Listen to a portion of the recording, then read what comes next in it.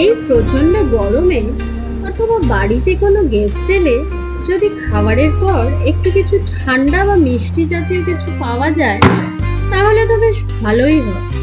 আর সেটা যদি হয় ফিরনি, তাহলে তো কোনো কথাই নেই। তাই আজ আমরা বানাবো শাহি ফিরনি। শাহি ফিরনি বানাতে প্রথমেই একটি মিক্সি জারে কিছুটা কাজু বাদাম ও পেস্তা দিয়ে একটা পাউডার বানিয়ে নেব। এবার একটি কড়াতে চাল গুঁড়ি নিয়ে একদম কম আঁচে একটু নাড়িয়ে নেব। তাতে দেব 2 চামচ মতো ঘি এবং আবার একটু নেড়ে নেব।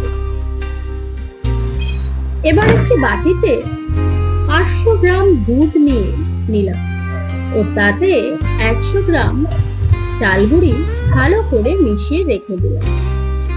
এবার কড়াইতে আবার নিয়ে নিলাম হাফ লিটার দুধ। দুধটি ভালোভাবে গরম হয়ে এলে তাতে দিয়ে দেব গুঁড়ো করা এলাচ, 1 চিমটি কেশর ও মিষ্টির জন্য আমরা এখানে মিছরি ব্যবহার করছি। আপনারা মিষ্টিটি আপনাদের পরিমাণ অনুযায়ী ব্যবহার করুন।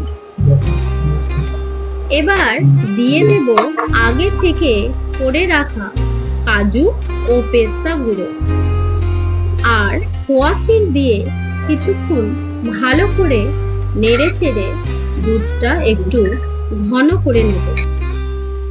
ঘন হয়ে এলে তাতে দিয়ে দেব আগে থেকে দুধে মেশানো চাল গুঁড়িটি এবং সেটা 8 থেকে 10 মিনিট হালকা আঁচে নেড়ে চেড়ে দুধটা মরিয়ে নেব।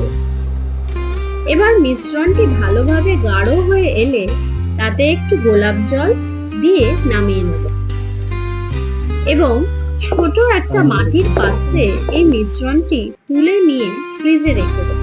তারপর ফ্রিজ থেকে বার করে ওপর থেকে একটু পেস্তা ও কিশমিশ দিয়ে পরিবেশন করুন ঠান্ডা ঠান্ডা শাহি ফিরনি।